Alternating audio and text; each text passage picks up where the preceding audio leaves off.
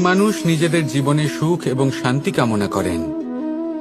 অনেক মানুষ এর জন্য শাস্ত্র পাঠ করেন যে কিভাবে জীবনে সুখ শান্তি লাভ সম্ভব। আর তিনটি প্রধান শাস্ত্র যা আমাদের জীবনে আমাদের আশেপাশে বিদ্যমান তা হল ইতিহাস, বিজ্ঞান এবং ধর্ম। ইতিহাস থেকে আমরা জানতে পারি যে অতীতে কিভাবে আমরা সুখ ও শান্তি লাভ করেছিলাম। বিজ্ঞান দ্বারা আমরা এটা বুঝতে পারি যে কিভাবে ভবিষ্যতে সুখ এবং শান্তি আমরা লাভ করতে পারি। আর ধর্ম আমাদের এই শিক্ষা দেয় যে আজকের এই বর্তমানে কিভাবে সুখী থাকা যায়, কিভাবে শান্তি লাভ করা সম্ভব। আর সেটাই হলো সবথেকে বেশি প্রয়োজন। অনেক সংখ্যক মানুষ অতীতে আটকে রয়েছেন, সেখানে অনেক মানুষ ভবিষ্যতের চিন্তায় দিন কাটাচ্ছেন।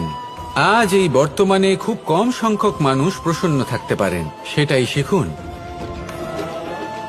ধর্ম এটাই বলে যে যদি মনে কোনো মালিন্য না থাকে, এই মন যদি স্বচ্ছ হয়, কর্মের মাঝে কোনো ছলনা যদি না থাকে, তাহলে নিশ্চিত রূপে জীবনে সুখ এবং শান্তি আসবে আর আসতেই থাকবে। আসুন আমার সাথে ভালোবেসে বলুন, রাধা রাধা।